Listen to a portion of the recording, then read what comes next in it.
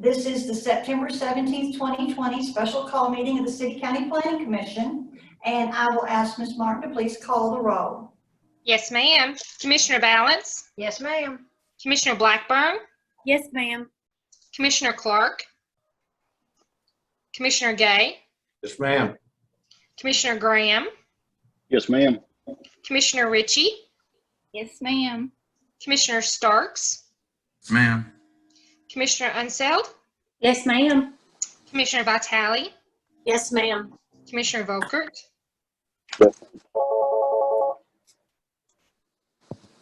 I'm sorry, Commissioner Volkert?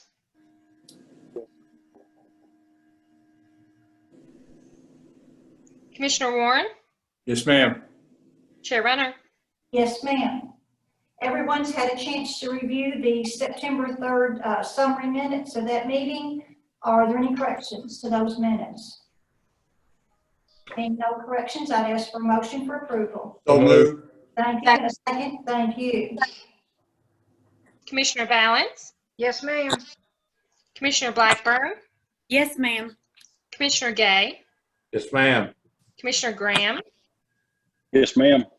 Commissioner Ritchie? Yes, ma'am. Commissioner Starks? Yes, ma'am. Commissioner Unseld? Yes, ma'am. Commissioner Vitale? Yes, ma'am. Commissioner Volkert?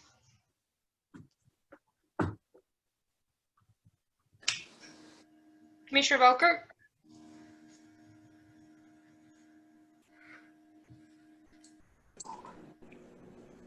Commissioner Warren? Ma'am. Chair Runner? Yes, ma'am. I wonder why they can't.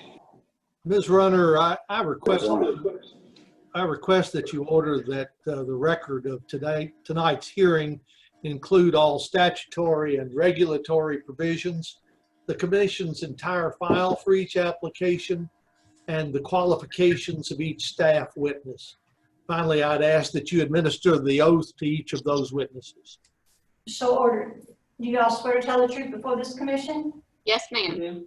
Thank you. Thank you. Subdivision and site development plans in the packet. Any questions on those that were approved? No questions. Letters of credit and performance bonds. We don't have any. No, ma'am. Thank you, ma'am.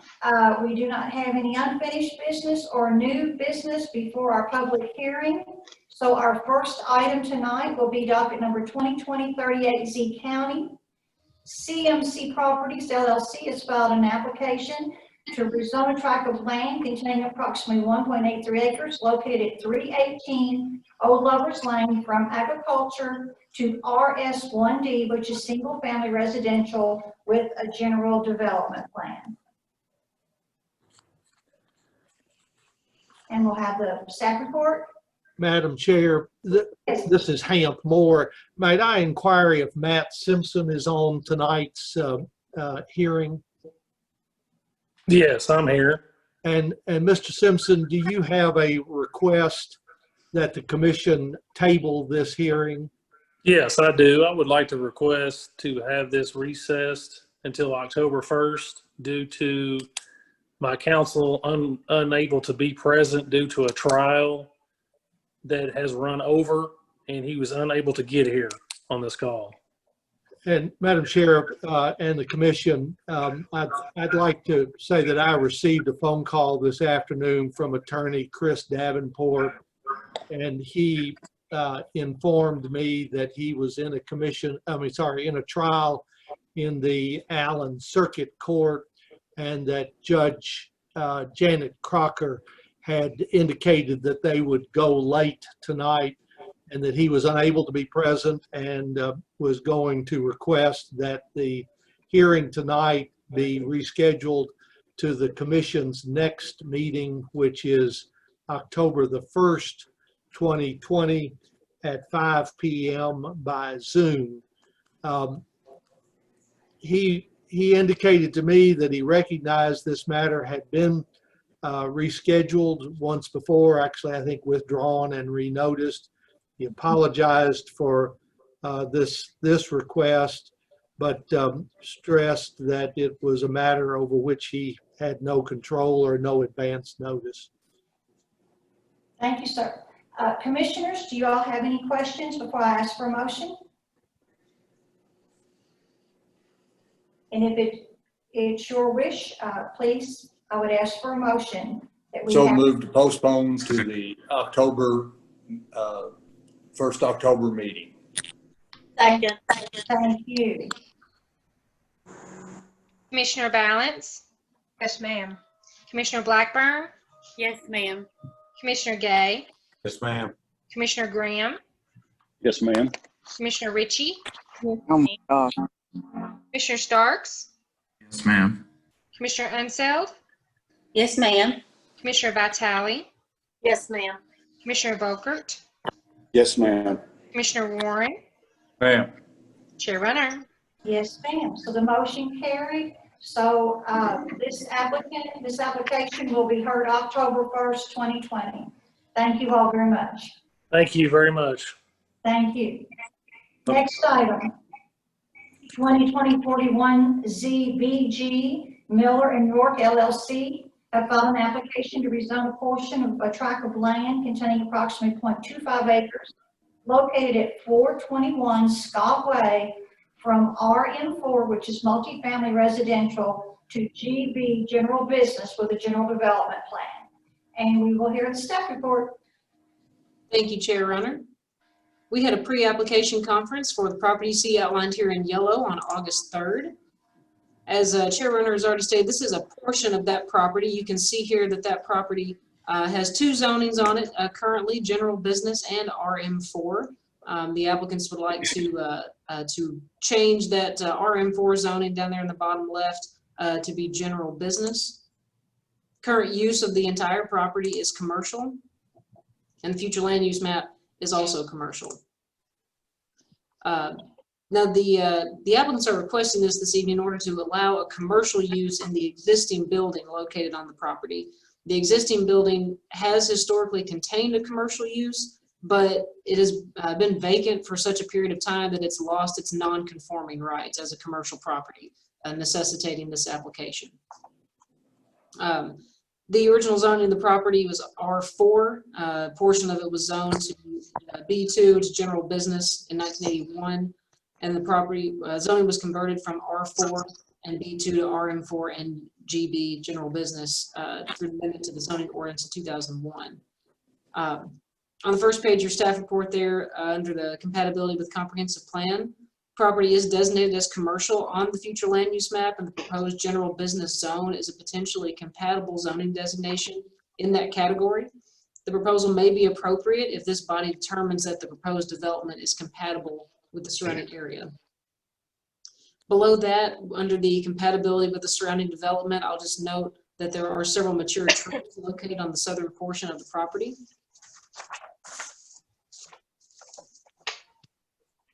Going over to the site characteristics review on page 2 of your staff report, the primary structure located at 421 Scott Way was constructed in 1960, but that structure is not located on this portion of the property that is proposed to be rezoned.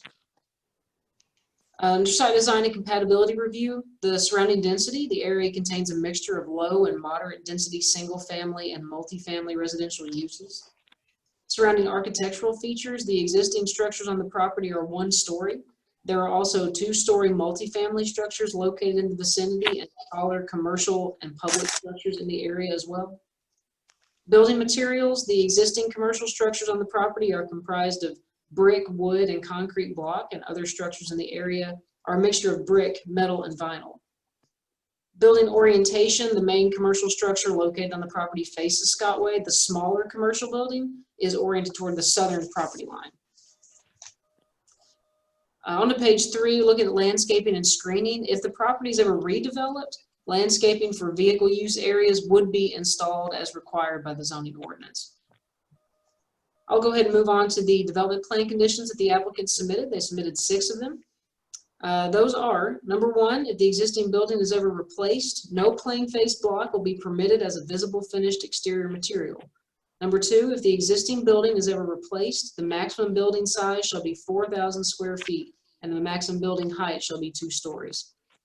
Number 3, the following uses shall be prohibited: gambling facility, tattoo parlor, bingo, pawn shop, fuel station or fuel sales, commercial parking. Number 4, freestanding signage shall be monument style, not to exceed 5 feet in height, with a maximum sign face area of 32 square feet. Only externally lit signage will be permitted on the property. Number 5, access shall be from existing entrances along Maintenance Avenue. Any modifications to the access to the property shall be reviewed by and approved by the Bowling Green Public Works Department. And number 6, the existing vegetation along the southern and eastern boundary lines will be preserved to the greatest extent feasible during any future development on the property. Moving on to the Focus 2030 category review, there were 14 items that staff included in the staff report. This application complies with 7 of them, and 7 of them are up to your determination. Those 7 left up to you are LU 113 to determine if the proposal is compatible, LU 2 to determine if the proposal is a high-quality development that includes design standards tailored to preserve the character of the area. LU 25 and LU 2 determine if reestablishment of a commercial use at this location will stabilize and protect the existing neighborhood, and if it is compatible with the surrounding area. HN1 and HN13 determine if reestablishment of a commercial use is suitable for this location and if it will strengthen existing neighborhoods. And ED1, if the proposal will help to diversify the local economy. So again, this is only for a portion of the property in order to allow the commercial use in the existing building on the property that has historically contained a commercial use but has lost its non-conforming rights. I'll go back to the first page just to look at the points to consider. The proposed general business zone is consistent with the flume in the commercial category. The proposed development complies with the majority of the site characteristics review criteria and the review criteria for site design and meets the minimum requirements in the zoning ordinance. Compatibility of the proposed development should be determined by the Planning Commission. That is all I have for the staff report, and I'm happy to answer any questions, and I believe we have the applicants with us as well. Thank you, Ms. Ramsey. Commissioners, do you have any questions for Ms. Ramsey? No questions. Oh, go ahead. I apologize. Have questions? Do we know what's going in commercial there? Like what the use in the existing building will be? Yes, ma'am. I am not aware of that. That might be a question the applicant could answer. May be able to add a little bit of background. We probably should have included this in the staff report. But really what triggered this application, we had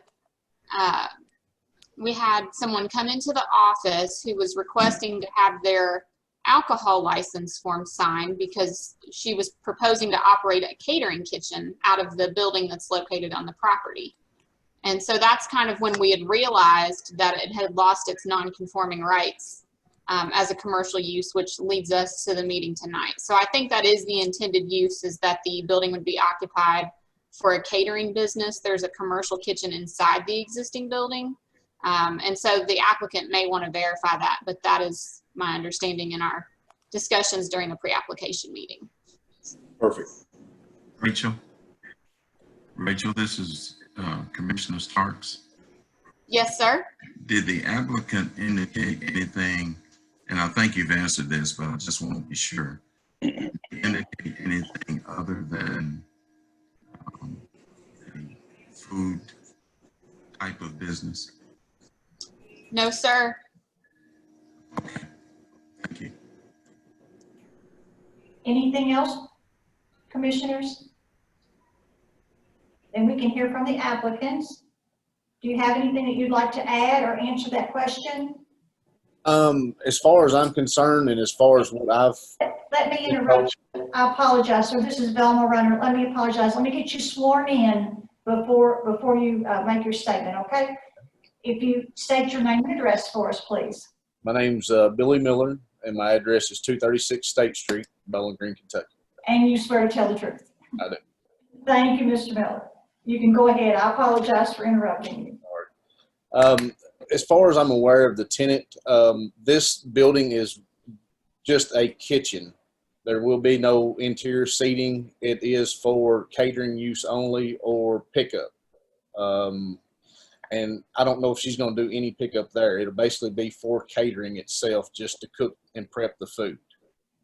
This building has been used for similar use for 20 years or more. And basically just trying to clean the zoning up and get it to what it needs to be. Okay, thank you. Do you have any additional questions for Mr. Miller, commissioners?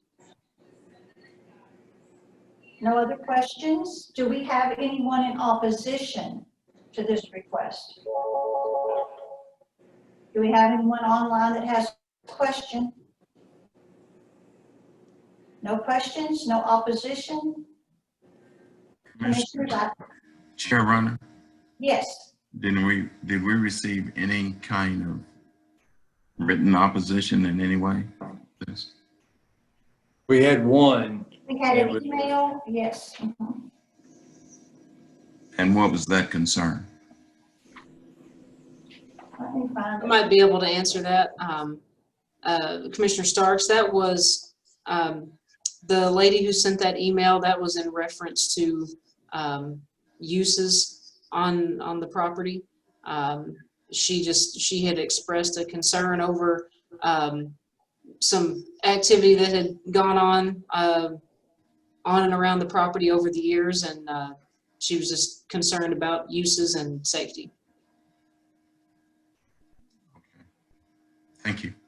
Yes, sir. Commissioner Starks, I might add to that. I too read that that communication from Ms. Buford, I think was who it was from. And I guess anybody who's been in Bowling Green for a while knows that this location has been the subject of some in-person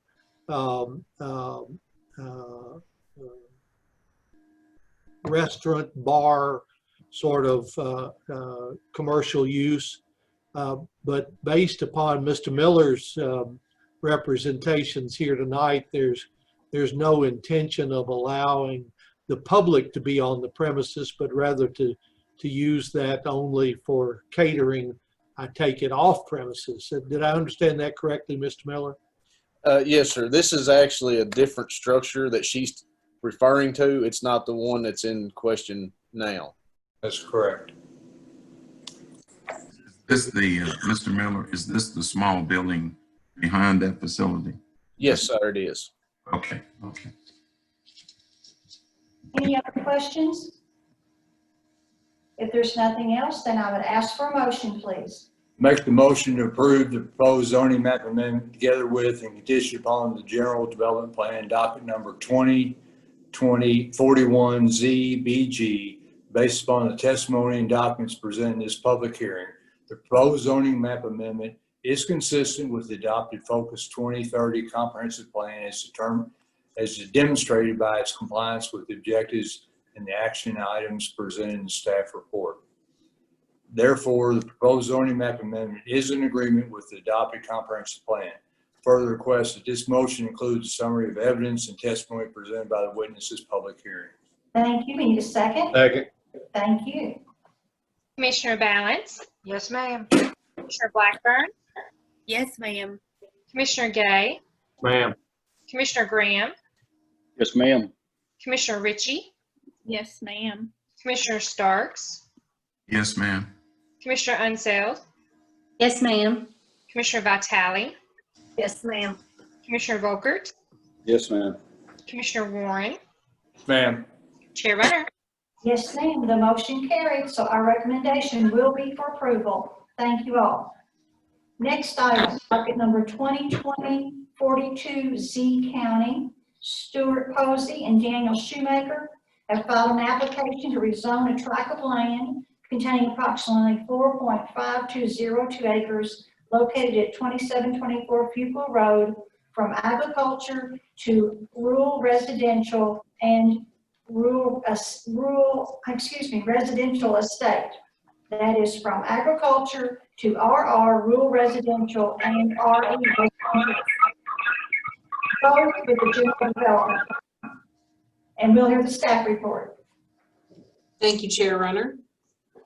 We had a pre-application conference on June 30th for the property you see outlined here in yellow. Property is currently zoned agriculture. Its current use is single-family residential. Much of the area around it is agriculture and single-family residential. And the future land use map is agriculture, which we will address that in just a second.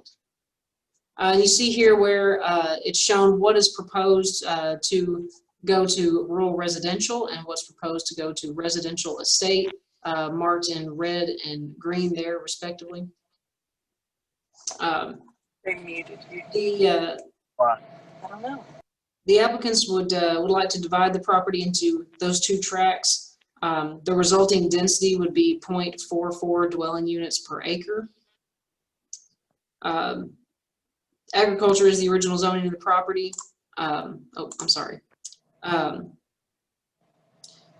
Compatibility with the comprehensive plan. The property, like I said, is designated agriculture on the future land use map. And because the property is a non-conforming agriculture parcel that is less than 5 acres in size and only one new lot is being created, no future land use map amendment was required. And the proposed RR and RE zones are potentially compatible zoning designations in the agriculture flume category and may be appropriate if the Planning Commission determines that the proposed development is compatible with the surrounding area. I'll just note under the compatibility with surrounding development that there are adequate facilities and infrastructure available to support the proposed development, with exceptions noted regarding road width and water availability. And there are also several mature trees on the property.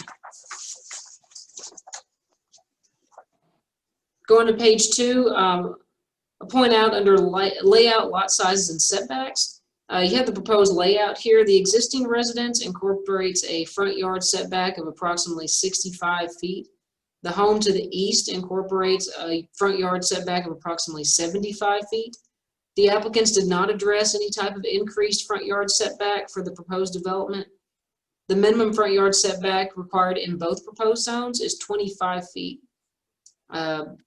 The zoning ordinance also requires a 25-foot side and rear yard setback in the rural residential zone and a 10-foot side yard and rear yard setback in the residential estate zone.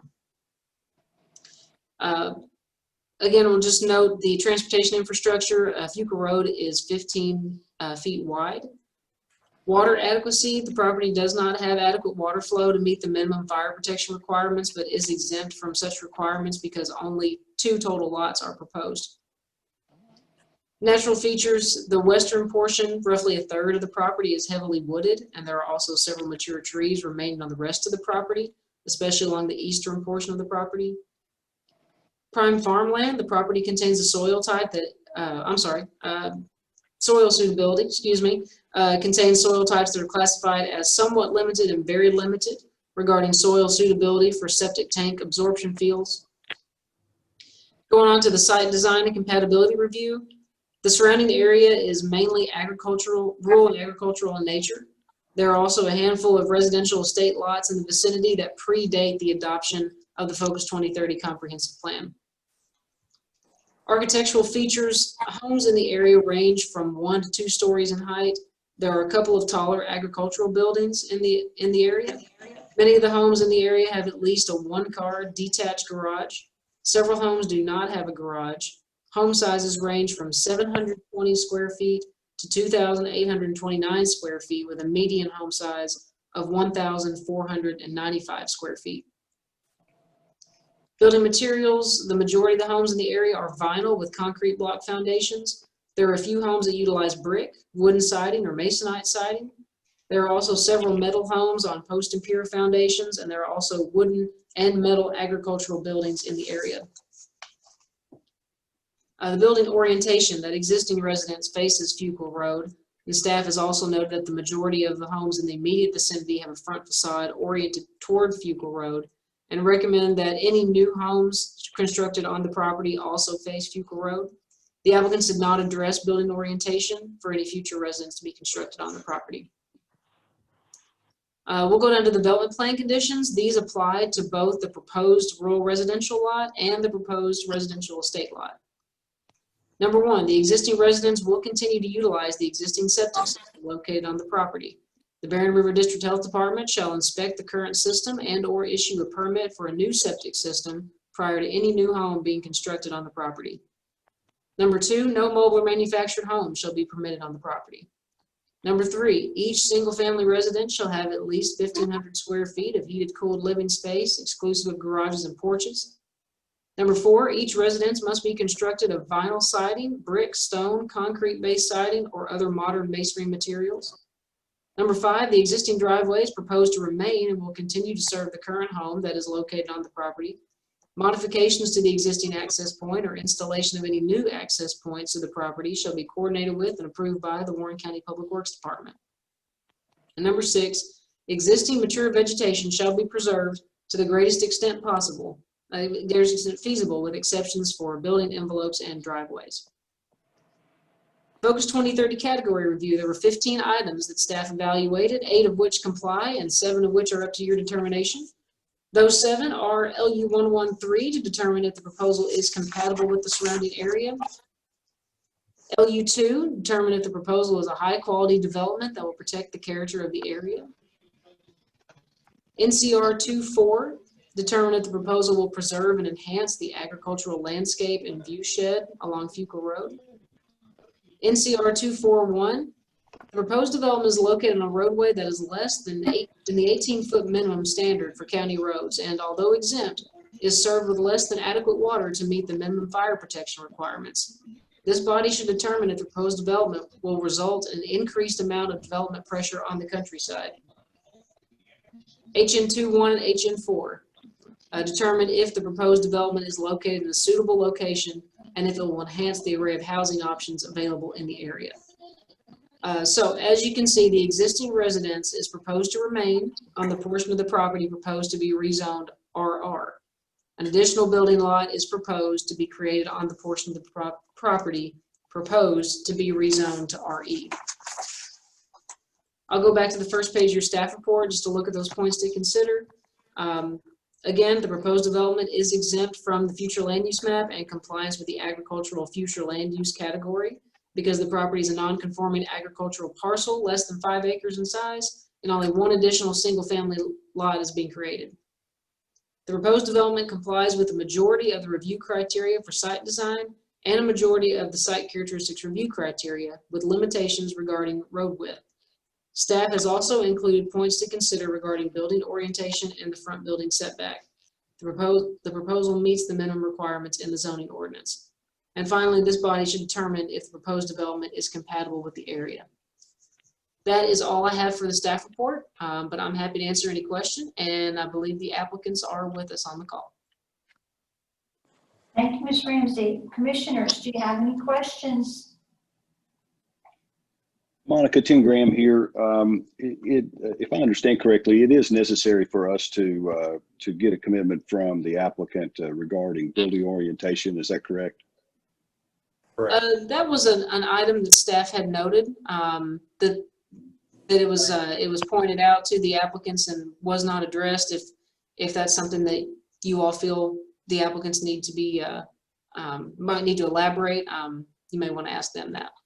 Sure. And also one last question. What did you refresh my memory? What was the building setback on the adjacent lot? The lot to the east. That's correct.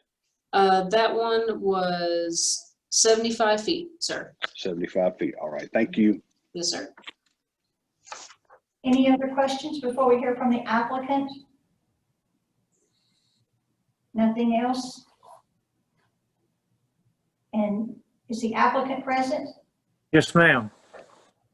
If you would state your name and address for us, please, we'll swear you in and let you answer any questions. Stuart Posey, 283 Leon Drive, Bowling Green, Kentucky. And you swear to tell the truth? Yes, ma'am. Thank you, sir. And I believe you had a question concerning the building orientation. Mr. Graham, if you'd like to ask that question. Yes, ma'am. Mr. Posey, is it your intent to orient the building facing Fuqua Road? Yes, sir. Okay, great. And also, is it your intent to set the home back away from Fuqua Road, at Yes. least 75 feet? Yes, sir. Okay, great. And so, Hamp, would you wordsmith that for us, please? And we could include those two and get Mr. Posey's agreement on those. I'd be happy to. Thank you. Mr. Posey, my name's Hamp Moore. I'm an attorney and I represent the Planning Commission. Would you be willing to add an additional sentence to development plan condition number 3, which will read this way? Any residential structures built on the premises shall be oriented toward Fuqua Road and have at least a 75-foot building setback from Fuqua Road. Yes, sir.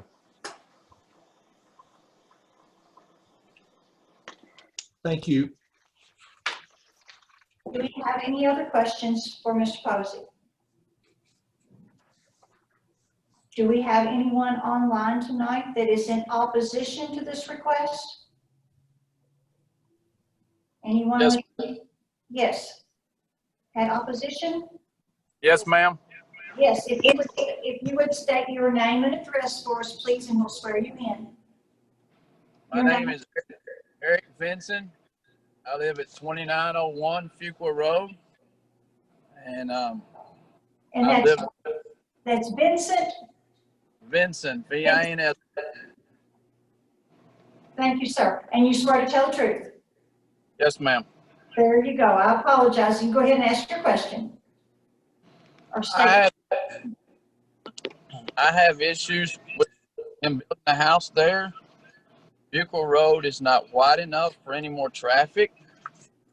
I am a farmer out there myself. I drive tractors, wagons, hay rollers, all kinds of equipment to other farms to cut hay and move hay.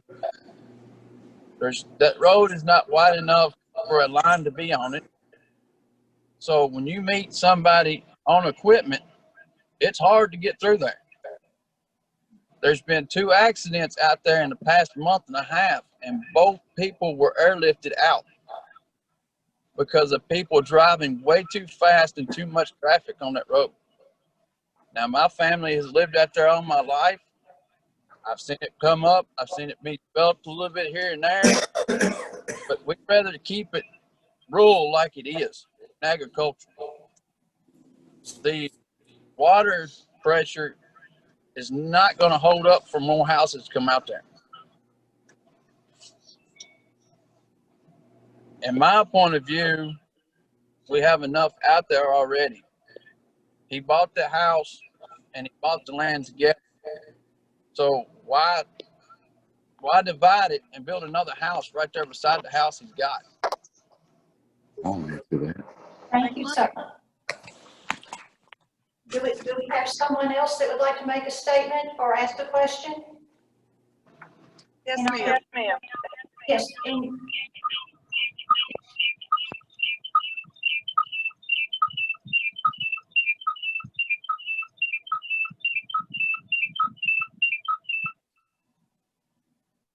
yes, if you'd state your name and address, please.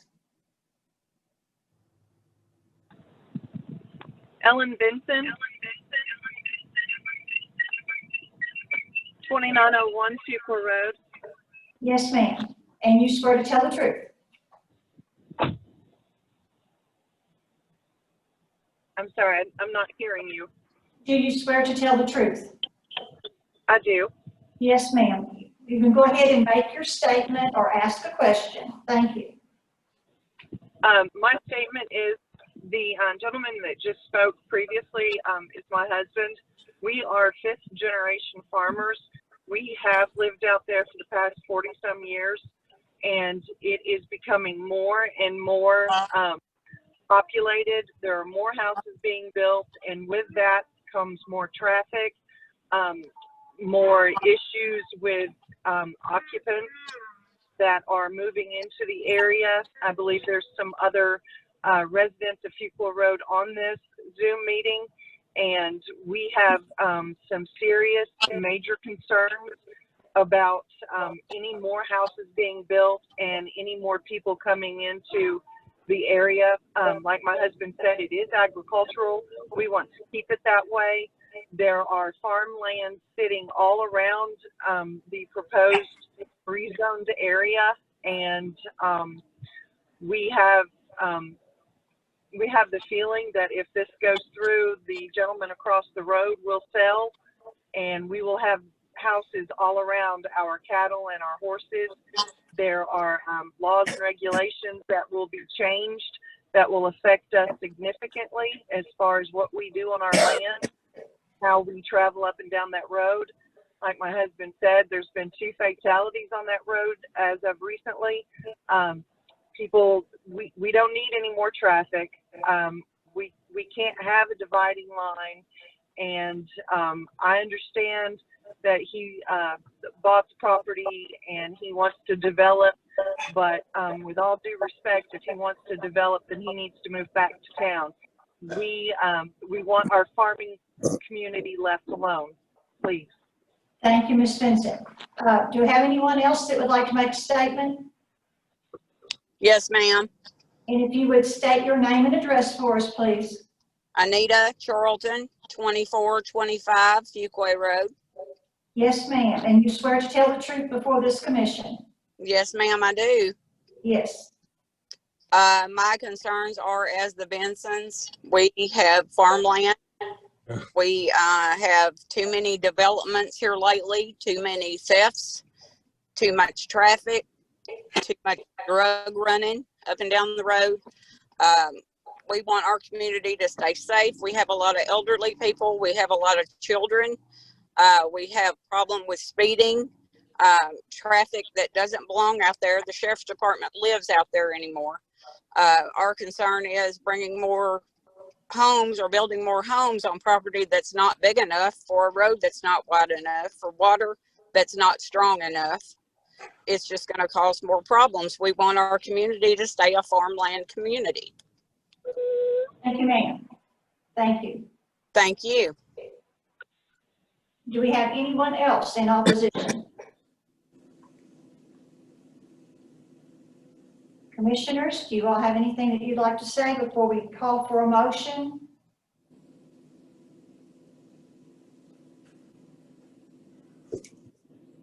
Any statements? Any questions? Nothing else? Then I'd ask for a motion, please. I make the motion to approve the proposed zoning map amendment together with condition upon a general development plan docket number 2020-42 Z County. Based upon the testimony and documents presented in this public hearing, the proposed zoning map amendment is consistent with the adopted Focus 2030 comprehensive plan as demonstrated by its compliance with the objective and actions presented in the staff report. Therefore, the proposed zoning map amendment is in agreement with the adopted comprehensive plan. Further, I request that this motion include a summary of evidence and testimony presented by the witnesses at this public hearing. Thank you. We need a second. Second. Thank you. Commissioner Balance? No. Commissioner Blackburn? No, ma'am. Commissioner Gay? Yes, ma'am. Commissioner Graham? Yes, ma'am. Commissioner Ritchie? No, ma'am. Commissioner Starks? No, ma'am. Commissioner Unseld? No, ma'am. Commissioner Vitale? No, ma'am. Commissioner Volkert? Yes, ma'am. Commissioner Warren? Yes, ma'am. Chair Runner? Yes, ma'am. That is 5 yeas and 6 nays.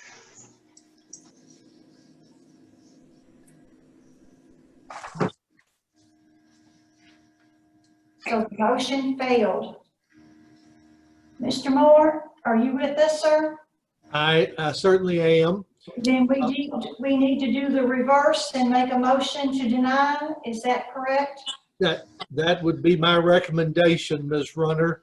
If I might, for those who are new, to explain the process, we are charged with making recommendations. The Planning Commission needs to make recommendations, in this case to the Fiscal Court.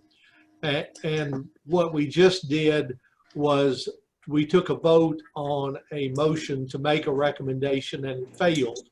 So in order for us to make an affirmative recommendation to the fiscal court, we would need, in all likelihood, for a motion to deny the application, which would be based on grounds and would then be voted upon.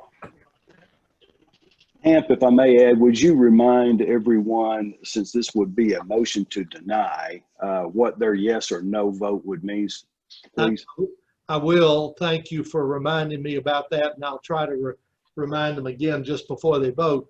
But if there is a motion to deny, then a yes vote would be for denial, or it would also be against the application. So if there's a motion to deny, a yes vote will be in favor of denial, a no vote would be in favor of the application. Thank you. Thank you, sir. Then I will call for a motion, please. Can I say anything? Yes. My name is Danny Shoemaker. I'm the actual owner of the property at 2724. And you swear to tell the truth, sir? I'm sorry? Do you swear to tell the truth, sir? Yes, ma'am. Thank you. Go ahead, Mr. Shoemaker. Okay. First of all, I don't really know anyone on that road but Johnny Burks, and that's the one that owned the home previous to me. And Johnny had actually cleared that land. He was going to build a home on there himself, and he decided to build further down towards, I think, the Bensons. I do not know these people. But most of the people on our end of Fuqua Road takes van meter around. So that doesn't change anything for anybody that lives my direction towards the Bensons and the people that spoke a while ago. We're talking about one house. I've got great water pressure. I don't know about them. They failed to talk about the new home that's been being built ever since I bought this house right down the way. I don't know who's building that home or whatever. Second of all, this lot that's over here that's connected to my land's not big enough for a farm, nor this property is valuable for doing anything with. When I spoke to Mr. Page and them when I bought the home, they said that they thought that the zoning commission would go along with buying, let me sell that property over there. That would just be a thing that it had to go through its process. I do know about the fatalities on the road, but what they're talking about is way on the very far side of Fuqua Road as you come off of, I think that's Browning Petros Road on to Fuqua. That's the far side. There was a bad wreck down that end. But there is traffic out there on that road. I haven't heard any. I've had things stolen from me day one I moved in out there. But unfortunately, I pretty much know that it wasn't anybody in that area. Most of that is family down through there. And I respect that. I'm not trying to sell this lot to start a foundation for building a bunch of more homes in there or whatever. This lot, there is nothing else to be done with it. And it's something that I don't have anything to maintain this. Mr. Posey wants to buy this lot to put one home on there that I don't think is going to erupt anything with the water pressure. Because like I said, I have a swimming pool out back. I have plenty. I took one hose and filled up my swimming pool. So water pressure is not an issue out there. I respect the families that live out there. We're talking about putting a nice home that will give my home and other homes along the road a chance to build equity value in their homes. That's all I really wanted to say. I see where they're at, but most of those people on that end, the reason I don't know them and don't see them, they go out van meter anyway. They don't come down Fuqua. Thank you, sir. Thank you very much. Thank you. We've had a chance for the opposition and for the applicant to speak. So I will call for a motion, please. Hey, ma'am. Yes. May I ask? This is Mr. Vincent. Can I say something? Who is this, please? This is Mr. Vincent. Can I Yes, say sir. something? Yes, sir. Okay. The home he's speaking about down the road that's being built is already an existing home that was there. Okay? So that home was already there. They're just redoing a foundation that was left. Okay? I go by his house every day going out. So do I, with 2 children. Okay? With 2 children. Yes, sir. And the man that cleared that place off, he cleared it off so he could horses there, not to build a house. Because I know John very well. Thank you, sir. Thank you. I call for motion. We've heard both sides, and I will call for motion. Ham, go back through the motion. Ma'am? Please. No, we've already delegated all this. Yes, so you have considered a motion to approve the application, and that failed. What I would recommend that you do is now try a motion to deny, which would then reflect the denial. And then, of course, when and if that motion is made, then I'll remind you that a vote in favor of denial will be, as I said, it will be in favor of denial. And of course, that would be a yes vote if you're in favor of denial. If you're not in favor of denial, but rather in favor of approval, then you'll vote no on the motion to deny when and if it comes. Thank you, sir. And I will ask for a motion, please. I make the motion to deny the proposed zoning map amendment, docket number 2020-42Z County, based upon the testimony and documents presented in this public hearing. The proposed zoning map amendment is not consistent with the adopted Focus 2030 Comprehensive Plan as demonstrated by its non-compliance with the objective and action items presented in the staff report. Therefore, the proposed zoning map amendment is not in agreement with the adopted comprehensive plan. Further, I request that this motion include the summary of evidence and testimony presented by the witnesses at this public hearing. Thank you, ma'am. We need a second. Second. Thank you. So let me once again say, we have a motion to deny the application. So a yes vote will be in favor of denial. A no vote will be in favor of the application. Thank you, Mr. Moore. Commissioner Balance, Yes, ma'am. Commissioner Blackburn, Yes, ma'am. Commissioner Gay, No, ma'am. Commissioner Graham, No, ma'am. Commissioner Ritchie, Yes, ma'am. Commissioner Starks, No, yes, ma'am. Commissioner Unseld, No, ma'am. Commissioner Vitale, Yes, ma'am.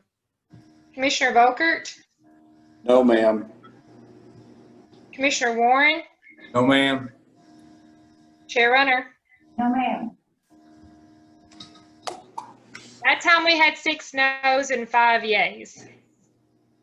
So once again, we have failed to make a recommendation. I think there were some votes that got changed between the first vote and the next. So Ham, can I make a motion? Yes, sir. Can I make a motion to approve the proposed zoning map amendment together with and condition upon the general development plan docket number 2020-42ZCO? Based on the testimony and documents presented in the public hearing, the proposed zoning map amendment is consistent with the adopted Focus 2030 comprehensive plan as demonstrated by its compliance with the objectives and action items presented in the staff report. Therefore, the proposed zoning map amendment is in agreement with the adopted comprehensive plan. Further, I request this motion to include the summary of evidence and testimony presented by the witnesses at this public hearing. Thank you. We need a second. Second. Second. Thank you, sir. Okay, so we now have on the floor a motion to approve the application. So a yes vote will be in favor of the application. A no vote will be against the application. Commissioner Balance, No, ma'am. Commissioner Blackburn, No, ma'am. Commissioner Gay, Yes, ma'am. Commissioner Graham, Yes, ma'am. Commissioner Ritchie, No, ma'am. Commissioner Starks, Oh, ma'am. Commissioner Unseld, Yes, ma'am. Commissioner Vitale, No, ma'am. Commissioner Volkert, Yes, ma'am. Commissioner Warren, Yes, ma'am. Chair Runner. Yes, ma'am. That is 6 yeas, 5 nays. Motion passed. The motion carried with opposition. Our recommendation will be for approval. Thank you all. And our last item tonight, docket number 2020-43ZBG, Speedway LLC, formerly known as Speedway Super America LLC, has filed an application to rezone tracts of land containing approximately 1.456 acres located at 1218 and 1220 Broadway Avenue and 0, which was formerly 1117 Covington Street, from GB General Business and RS1A Single Family Residential to Highway Business with a General Development Plan. And also those same applicants on docket number 2020-V12 have applied for variances on that same property. And we'll staff report next.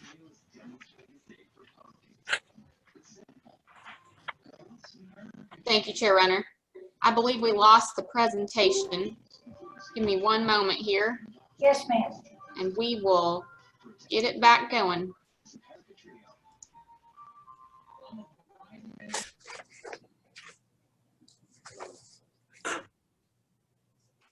Jessica, can you help me out here, please?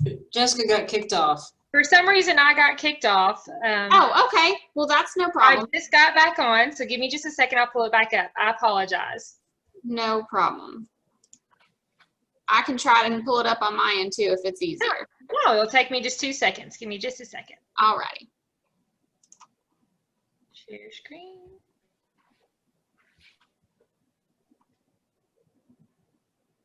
Did that work? It did. Thank you. I requested remote control. There you go. Thank you, ma'am. All right, let's flip through to the proper slides here. And as Chair Runner mentioned, we're here to consider 2 applications this evening, one for a zone change request and the other for a waiver. The properties are located on both Broadway Avenue and Covington Street. And the proposal, if the rezoning application is approved, would be to redevelop the property with a new Speedway convenience store and fuel station to include an additional number of pumps. And the waiver request pertains to increasing the maximum sign face area permitted for their proposed freestanding sign. The current zoning of the property is general business and RS1A, which is single family residential. The current use of the property is commercial and vacant for the parcel on Covington Street. The future land use designation is split. The majority of the property is designated as commercial, with the parcel on Covington Street being designated as low density residential. And because at least 50% of the proposed development lies within the commercial future land use category, a future land use map amendment was not required. So with that, I'm going to jump onto the future land use descriptions on the next page of the staff report. I'm going to go through the commercial future land use category. This designation consists of a broad array of commercial development, including individual commercial businesses that may exist along a highway corridor or business district, as well as larger planned shopping centers and office parks. Limited high-density multifamily uses are allowed to be mixed into commercial areas. These uses should be limited to upper stories or blended in or scattered among commercial uses. No more than 25% of any contiguous area designated as commercial should contain a multifamily use. Compatibility should be addressed by applying policies in LU 1.1.3 in conjunction with a general development plan. With that, I'm going to jump on to the, I think I jumped ahead. Give me 1 second here. Here we go. So regarding the layout, lot sizes, and setbacks, this is the proposed layout shown on the screen. Setbacks would adhere to the highway business standards set forth in the zoning ordinance. Under transportation infrastructure, we've noted that the development has frontage on both Broadway Avenue and Covington Street. Broadway Avenue is a state-maintained urban minor arterial with 77 feet of right-of-way and 52 feet of pavement width. Covington Street is a city-maintained urban major collector with 50 feet of right-of-way and 36 feet of pavement width. Under natural features, if I jump back to the aerial view, we'll see that there are several mature trees located between 1220 Broadway Avenue and 0 Covington Street, the vacant property.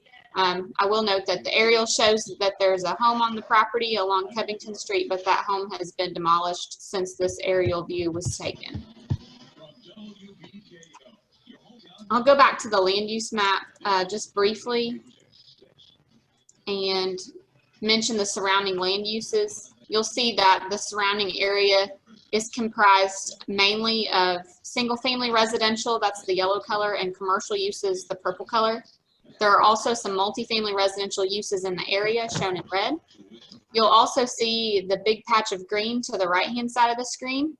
That's Covington Woods Park, and it's located nearby the proposed development. And staff has also noted that there are a few vacant tracts in the general vicinity.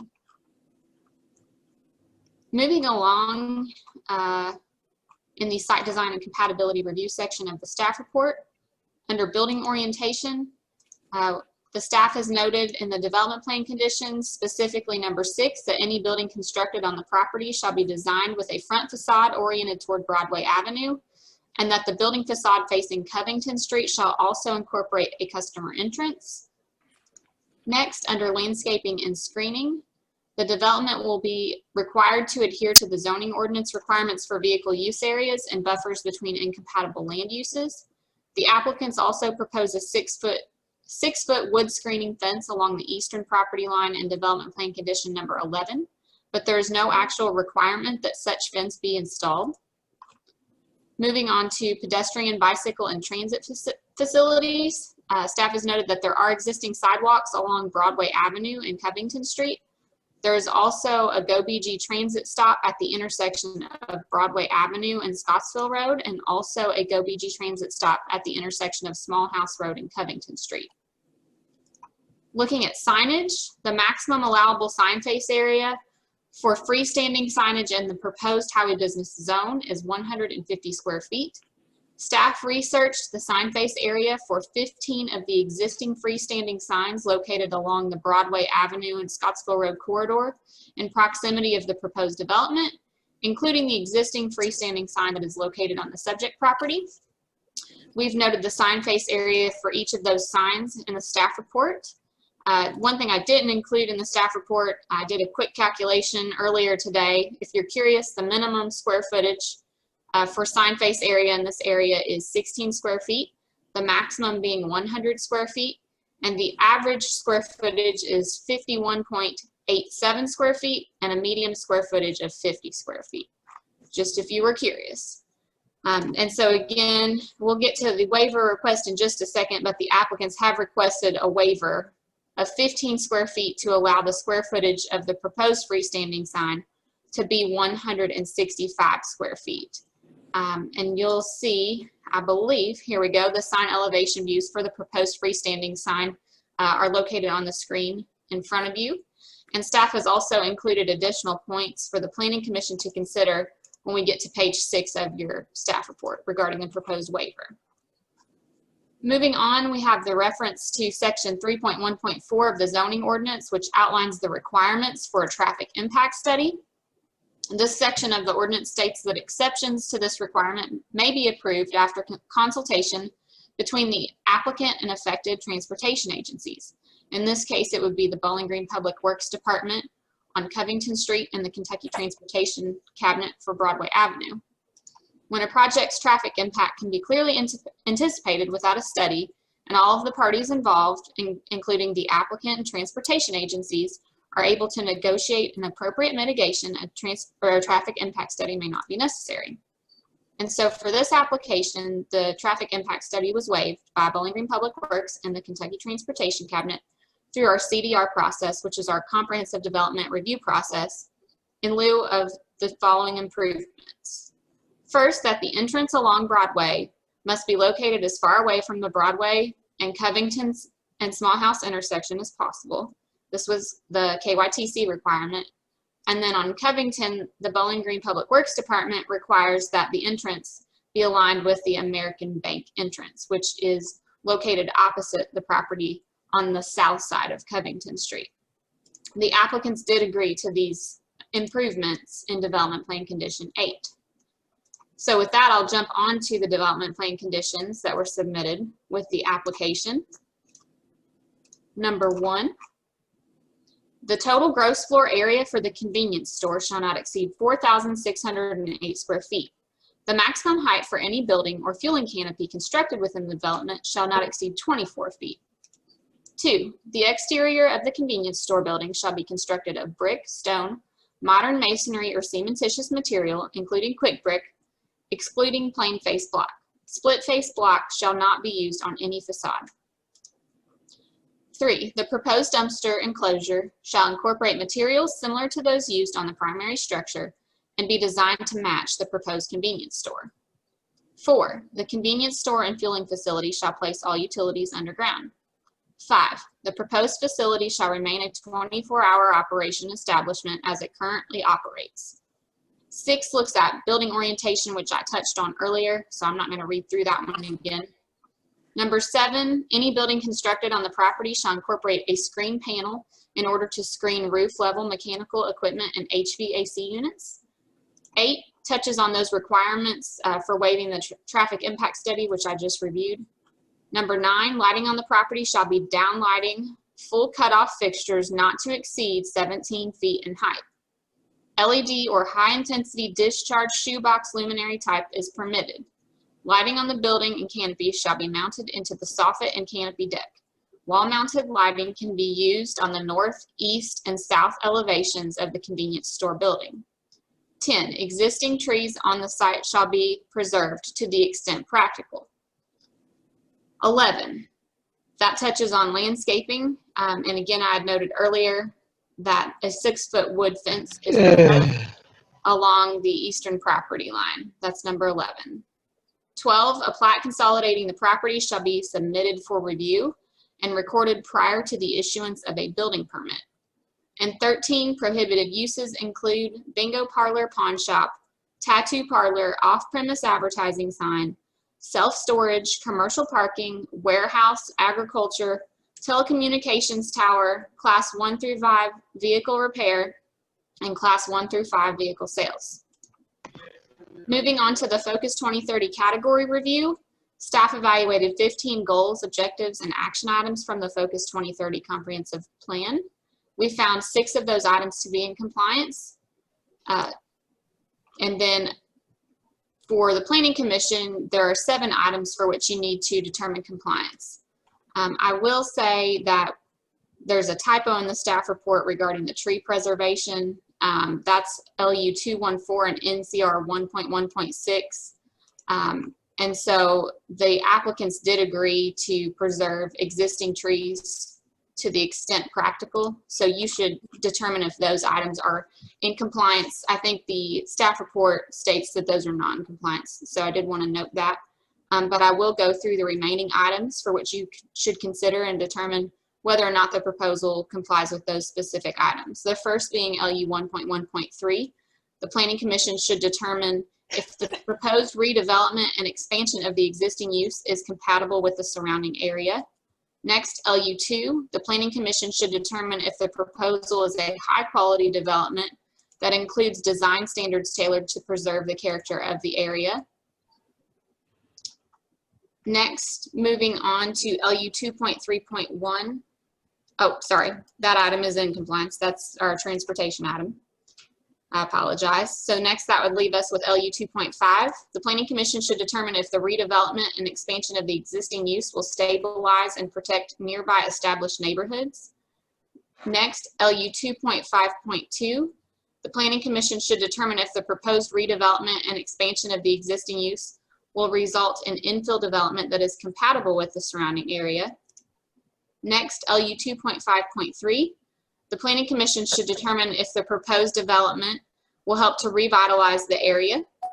And last, HN1 and HN 1.3. The Planning Commission should determine if the redevelopment and expansion of the existing use will result in a compatible infill development that will maintain or improve the existing character, pattern of development, and urban design within the area, and if it will strengthen existing neighborhoods and districts. Next, I'm going to move on to the zoning ordinance reference for the waiver that has been requested. The section of the ordinance that the waiver pertains to is Article 4, which is our sign standards summary table. And it states that the maximum square footage for a freestanding sign in the highway business zone is 150 square feet. And as I had mentioned previously, the applicants are requesting a waiver of 15 square feet to allow the square footage of the proposed freestanding sign to be 165 square feet. Section 3.8.4 of the zoning ordinance outlines the findings required for granting a waiver and states that before any waiver is granted, the Planning Commission must find several things. Those are listed next in the staff report. So I'm going to read through those findings and note a few points for you to consider as we go through these. So the first, letter A, the waiver will not adversely affect the public health, safety, or welfare, will not alter the essential character of the general vicinity. The Planning Commission should determine if the proposed increase in sign face area will alter the character of the general vicinity, given the previous information regarding signage referenced on page 3 of your staff report. Letter B, the waiver will not cause a hazard or nuisance to the public. Letter C, the waiver will not allow for an unreasonable circumvention of the requirements of the zoning regulations.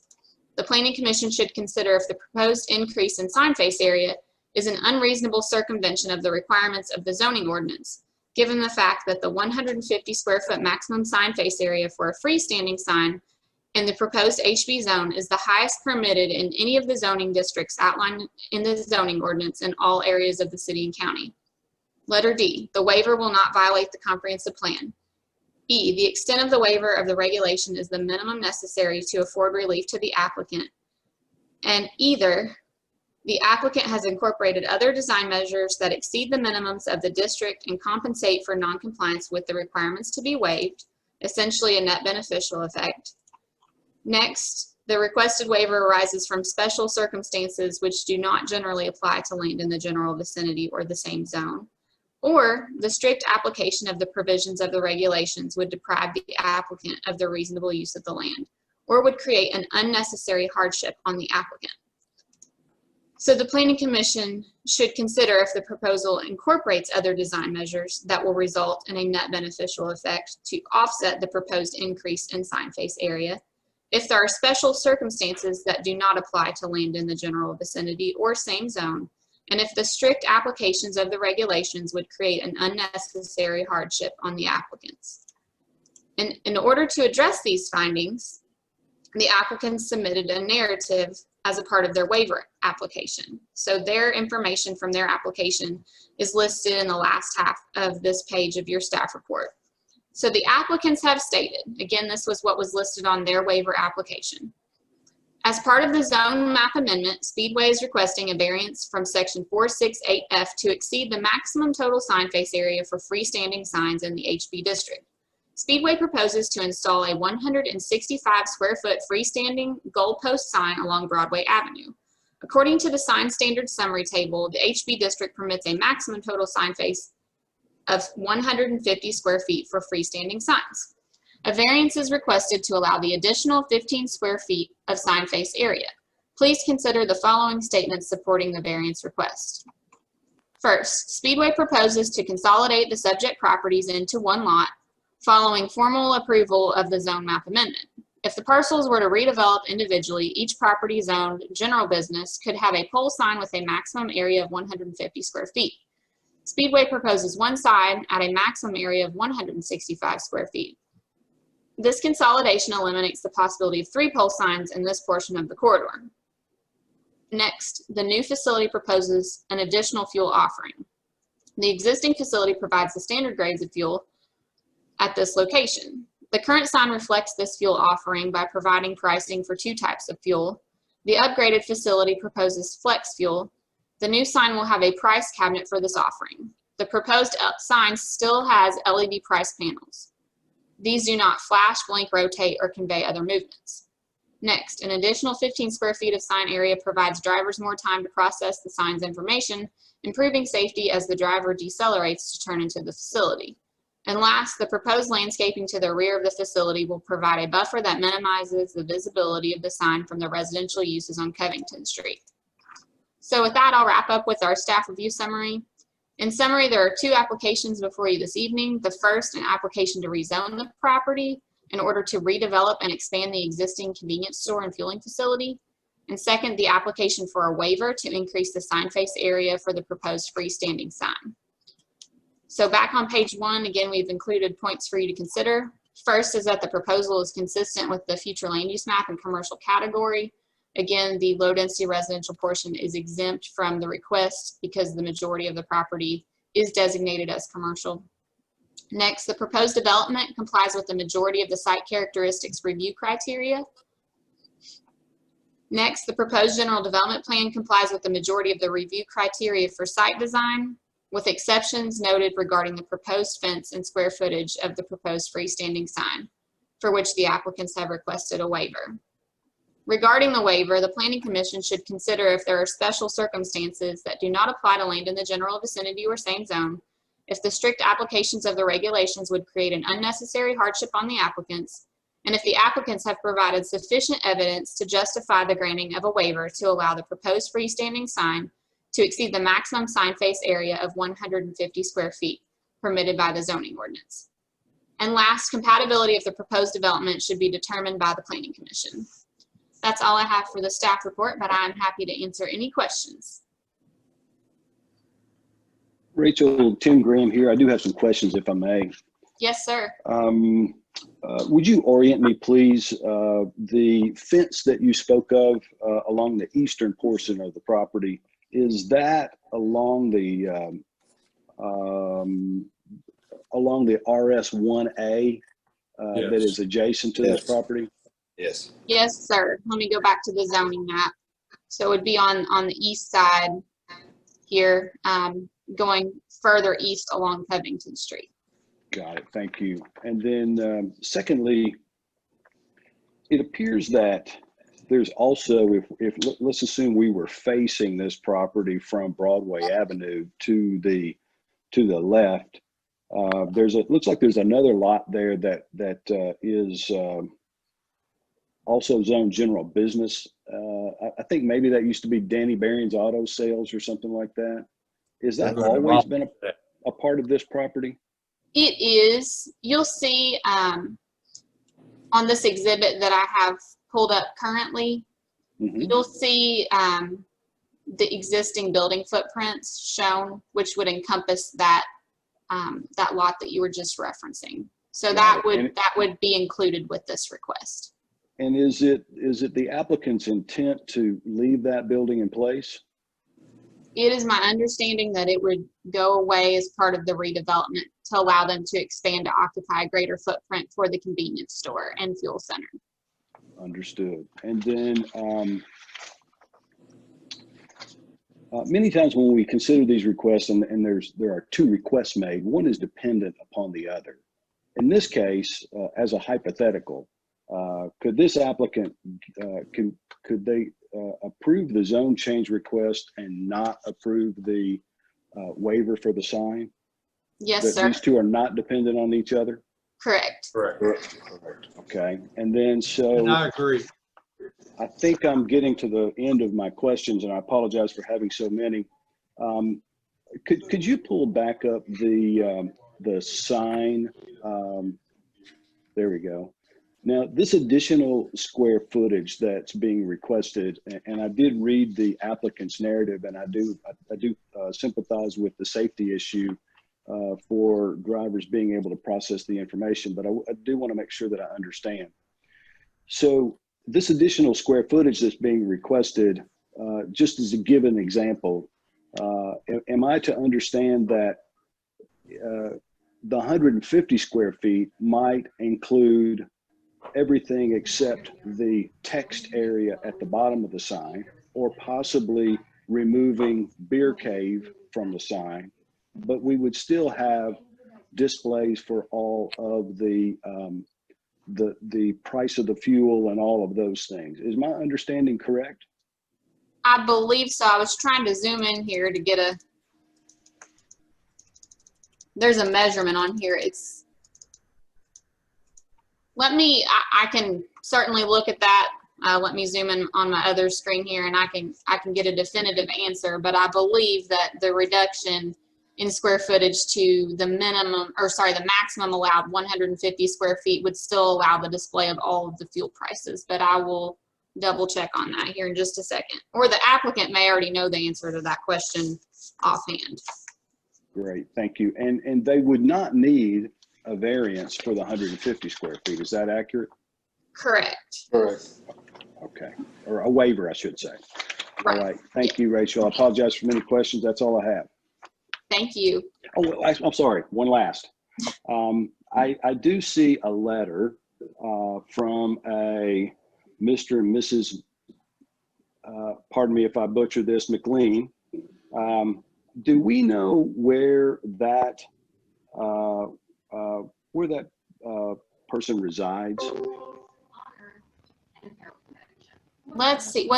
I'm pulling up the letter now. It is Robert and Felicia McLean, but I don't, maybe I'm overlooking it. I don't see.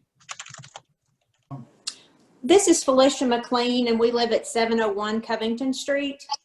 701 Covington. Okay. So Opposite direction.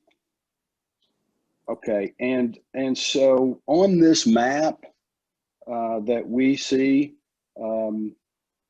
is that address visible on page 11 of 39? No. Let me jump back to that map. I do not believe it is. No, we're the other side of Lehman. You're on page 11, so that's yes, The residence is on the other side of Lehman Avenue. In the 700 block, yeah. So you're looking at the zoning map, Yes, ma'am. and that may have been the McLean's that stated where it's located. It is opposite of Lehman Avenue, so it would not be visible on this map. So it's not close enough to be visible on this map that you have currently, correct? Correct. Yes, sir. Okay.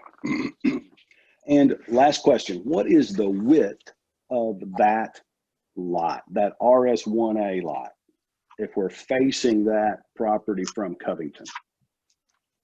That is, on the exhibit, it's 49.96 feet in width. Okay.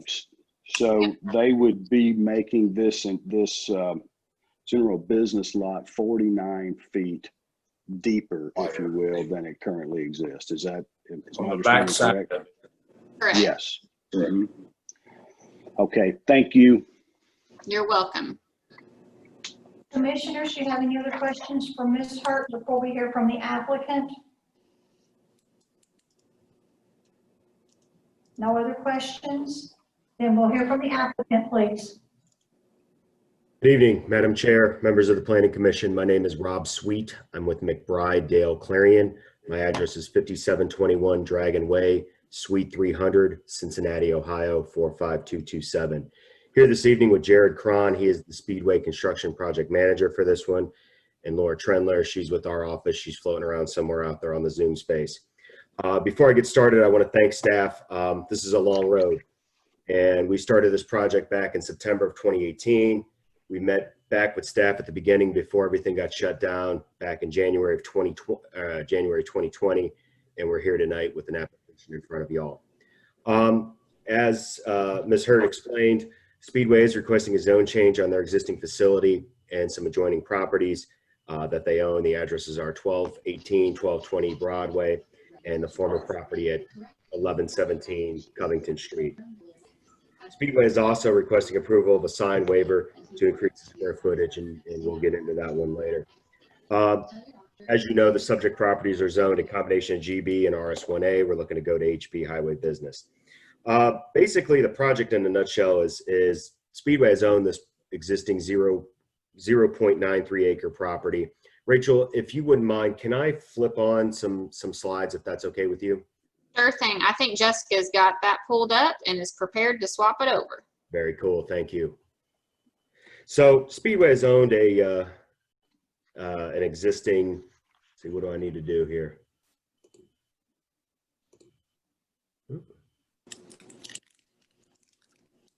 All right. Okay, let's see here. There we go. So Speedway is requesting to rezone that property. They own that existing 0.93 acre property, and that's operated as a convenience store for approximately the past 30 years. The store is old, it's outdated, there's not enough parking, the circulation pattern is confusing, and there's a lot of driveways associated with this property, the adjoining previous automobile sales facility, as well as the former house. They acquired about a half acre property in the past couple of years, and this would be the house and the used car dealership. And so what they propose to do is raise the structures in that red highlight and propose to redevelop that 1.45 acre site into a new convenience store and fuel cells facility. That development will include about a 4,600 square foot convenience store, a 4,700 square foot fuel canopy over 7 double-sided dispensers, reconfiguration of the canopy. So right now we're in what they would call a stacked canopy pattern, and we're looking to go to a dive-in style. Updated parking area, so we're looking at 22, let me pull up a development plan here. So we're looking at approximately 22 striped parking spaces. We propose to reconfigure the driveways. We have 6 total driveways, including one fairly large driveway associated with the Speedway facility now, and that will be reduced down to 2 driveways, as Ms. Hurt stated. One will be moved, what would that be, north, away from the intersection along Broadway, and the other one we've agreed to align with the bank property across the street from us. We also propose a new landscape buffer and fence. So to go back to Commissioner Graham's question, that property is approximately 50 feet. We're proposing almost a 40-foot buffer. So Speedway had basically purchased that property, realizing that they would have to install a significant buffer on the backside. So as you can see here, this is the 40-foot setback line for the HB to RS1. This is landscaping all the way back in here. We get a little tight with some parking areas, but for the most part, this is all landscape and buffer area. We also have that fence that runs along the backside of the property. The lighting has been updated as well. If you know that store, you know the area. Those lights are pretty old. They're outdated. They hang from the canopy. We're proposing all new lighting systems, again, to hit zeros along the property lines, along the residential property lines, and along the street frontages. The building itself is a quick brick style building. Don't get that confused. It's a product in the field that looks exactly like brick, lays like brick. The only difference is it's a little bit bigger, a little bit thicker. 23.5 feet tall with a pitched roof. That building is currently a flat roof building. We've got multiple customer entrances. So we have an entrance on Broad. We also have on Broadway. We also have an entrance on Covington. New dumpster enclosure. That's something that's currently not there. That's located on this side, and that will be designed to match the existing facility.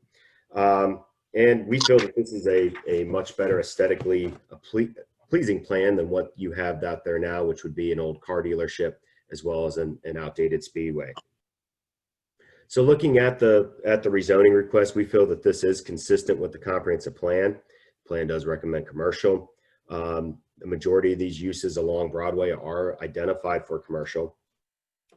And again, that residential lot that Speedway has ownership of, they do propose basically to use that as some form of screening and buffering.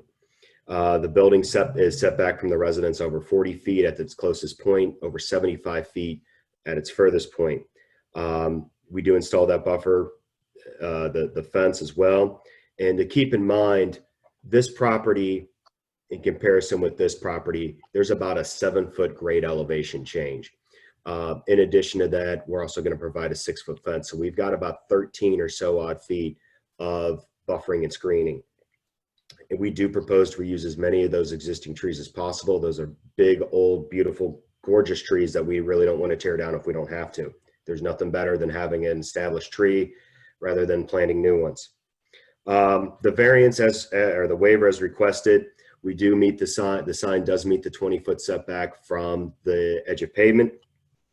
We are proposing to, if these properties were to redevelop, or if Speedway were to redevelop this site on its own property, and that automobile dealership redevelops, it looks like we could have approximately 150 square feet of sign area per each lot. Combined, that would be 300 square feet. We're looking to go 165 square feet. We do have a new fuel that we're offering, and again, that sign area can be adjusted accordingly, but for the most part, we would like to keep what we can get and get those price panels out there. And again, a little larger, that gives our customers adequate time to make decisions as they need to. With that being said, we respectfully request approval of the zone change. We feel that this is consistent with the comprehensive plan. It's consistent with the adjoining uses. This has been used as a convenience store. It will be continued to be used as a convenience store. This will improve on-site circulation. This will also make the site safer for customers as well as the traveling public with the reduction of driveways, removing, multiple left turn conflicts. We do feel that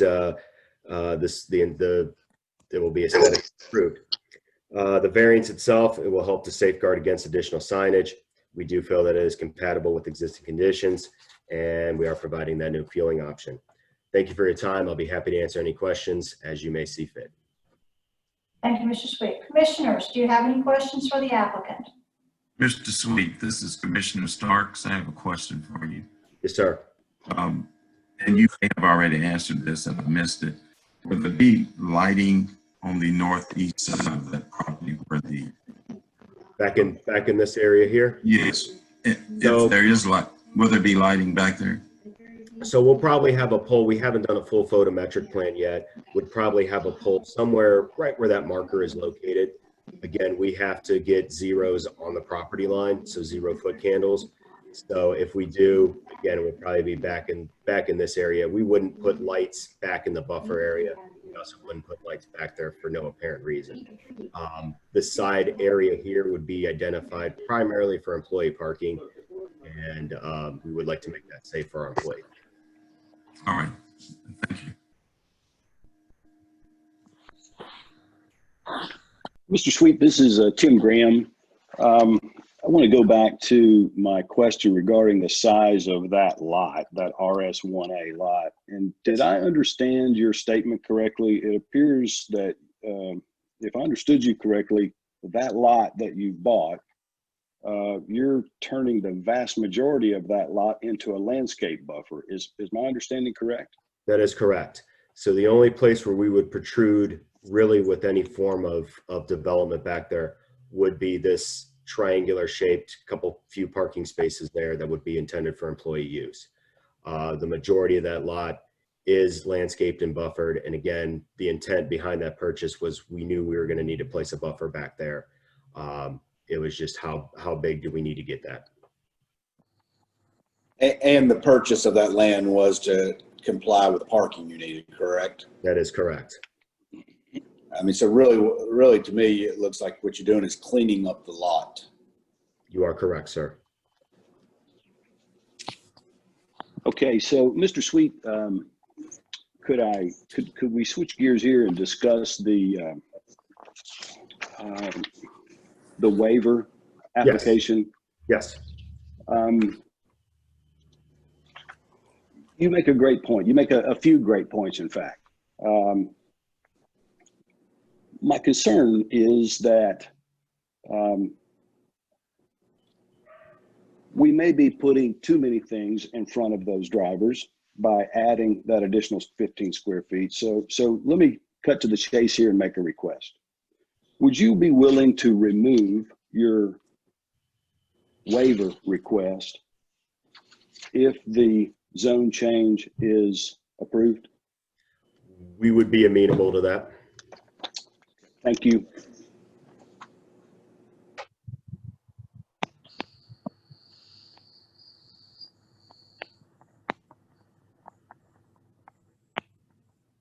Any other questions from the commissioners for the applicant?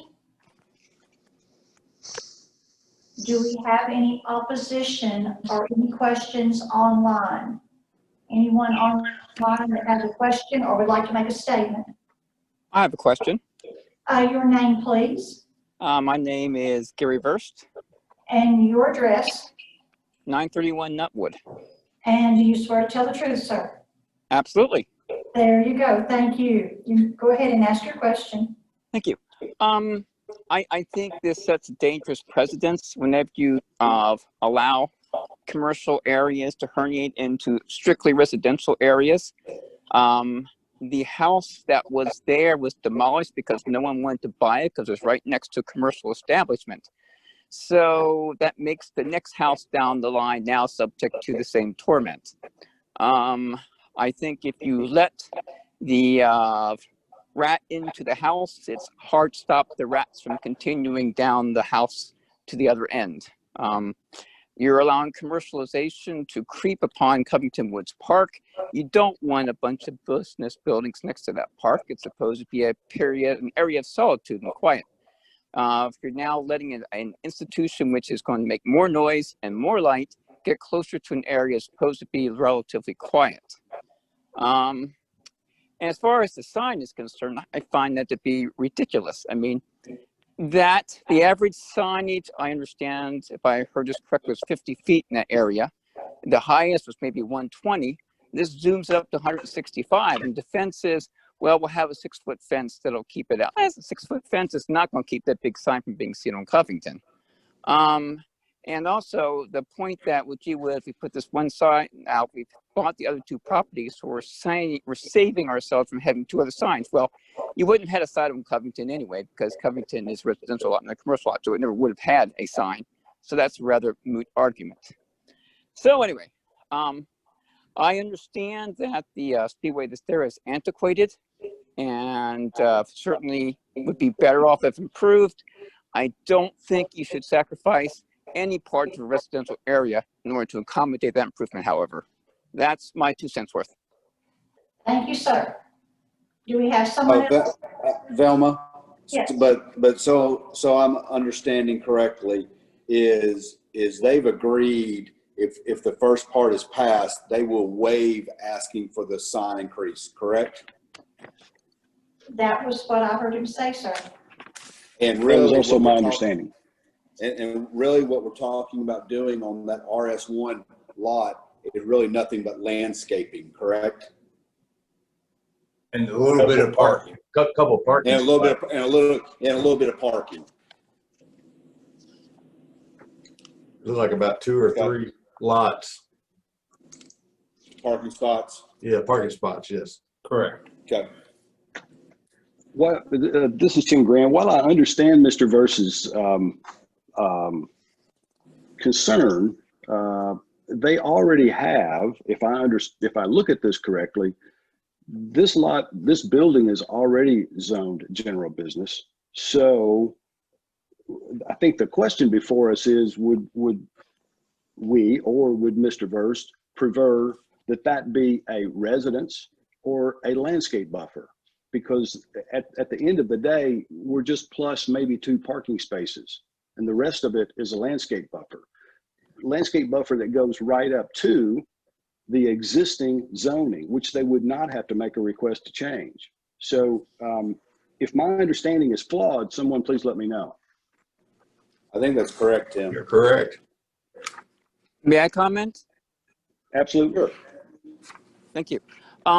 It's the precedence that it sets. What you're saying basically is that an area of very old houses, 100-year-old houses, are expendable in order to, in reference to a commercial development. So if it's easy to get rid of one residential area, then it's a and forth and think about this reability to do this house down the line. And I lived in Northern Kentucky, and I've seen this incessantly happen. You get that one toehold in there, and it makes everyone feel real comfortable about making the change. And once you get comfortable with it, then it's easy to rubber stamp it the next time someone applies for it. So again, you guys, your business, not my business, but I feel it's necessary to point that out before you make your decision. Thank you for your comments. We Thank you. appreciate you coming and voicing your opinion. Thank you. All righty. You guys make good decisions. Do we have anyone else online that would like to make a comment, ask a question in opposition? Sure, Yes, I would like to make a comment. Yes, state your name and address, please. Hi, my name is Natalie Mountjoy, and I live at 1227 East 11th Avenue. And so, yes, I swear to tell the truth. Thank you, ma'am. Yes, thank you. And my lot actually is visible on all of those maps. I live right at the corner of East 11th and Covington, right next to Covington Woods Park. And I just like to make a couple comments. I think for one thing, it's really easy to see on all these things on paper, but I just want to, I guess, challenge everyone to think a little bit about the quality and the culture of a neighborhood. This is a neighborhood. We know we live next to a Super America. It's a small corner store right now. And we currently live with the things that come along with that. Increased traffic, increased traffic, big trucks on our roads, in our neighborhoods, right? In our residential neighborhoods, right by our park. We also live with people sleeping at the Super America. We live with people asking for money at the Super America. We live with them going back and forth between the Super America and our park. So I would be happy to have a better maintained, speedway. I would be happy to have a better maintained speedway, a speedway that takes better care of their lot, a speedway that does due diligence to be a better partner in this neighborhood. But I don't think that's what we're getting. What I think we're getting is a bigger speedway. And I don't think that by any means does, let's see, there were, I think, 6 things identified that the commission was supposed to look at today, the committee. Is it compatible? I don't see how it's compatible with the neighborhood, right, that it's going to encroach into. I don't see how it stabilizes or protects what we already have. I don't see how it helps to revitalize our neighborhood where we live. I don't see how it strengthens the character of our neighborhood. I can't see how it would be possible to look at these 6 things that were up for grabs right after the staff report and think that in any way this bigger speedway does any of these things in any way. And I also just think the sign, it's just insult to injury, right? I mean, to make an argument that one big sign is better than a bunch of smaller signs, I mean, that argument doesn't hold water. So I would just encourage everyone to think a little bit about the things that aren't on paper, think a little bit about the fact that this is, kind of, it's a neighborhood place with kids and a school and a park and all of these things. And as I said, I don't mind being a neighbor to Speedway. I would much prefer a better maintained Speedway than a bigger one. Thank you, ma'am. Thank you. Thank you, ma'am. Anyone else? I'd like to make a comment. Yes, your name and address, please. My name is Margaret Stein. I live at 936 Covington Street. Yes, ma'am, and you swear to tell the truth. I sure do. Thank you, ma'am. I do not happen to be on the map, but I am very close. I am just past the park on the same side of the street as the American National Bank. I also happen to be the president of the Landmark Association, so we all bought property on this street because of its character, and we really, what I'm concerned about is encroachment. As Dr. Verse mentioned, as one house goes down, what's keeping the next house from going down? And I just don't want any more spread or any encroachment on what is one of the most beautiful and unique streets in Bowling Green. I mean, you can't deny it is truly beautiful. And I agree with Ms. Mountjoy about the 6 areas you all have been asked to review, particularly concerning preserving the character of the area. I have shopped at Speedway and Super America ever since I could drive. I know it's been there a long time, but it really does not match up with the character of our little community. So we appreciate your thoughts. Thank you. Thank you, ma'am. Do we have anyone else in opposition? I would also just like, I'm sorry, to mention one last thing. That property that they're going to landscape, the only reason that's vacant and doesn't still have a very nice, well-kept house that a family lives in is because they were bought out. It's not because the property, you know, went bad or wasn't cared for or no one wanted to live there. They were offered a huge amount of money that they couldn't say no to, and I understand that. But this isn't a case that this was some weird vacant lot that they just kind of decided to landscape. That's not what's happened here. And I'm sure you guys know that, but I just felt like it needed to be said. Yes, ma'am. Thank you. Chair Runner, we do have a Jay Ryan. Sorry, why don't you go ahead? She's raised her hand and is waiting patiently. Yes, ma'am. Thank you. Thank you. This is Joanne Ryan. I live at 1101 Covington. Natalie and I are neighbors, so I don't want to repeat what she has already said. And you swear to tell the truth? I swear to tell the truth. Thank you, ma'am. My issue is quality of life to the community. I was happy to see Speedway build a new building on the former auto sales lot and their own lot, but I think they were deceptive in gaining access to the residential lot. They bought it, then they bulldozed the house, and then they asked for zoning to change. And they let the vacant lot grow up to about 10 feet in height of weeds. So they were demanded. So is that a sign of what they're going to do in the new building? We have a problem with homeless people living in our park. They use Speedway as their point to go to the restroom and buy food and then come back to the park and trash it. My granddaughter was here last week. I was concerned to take her across the street to the park. We live right across from the park.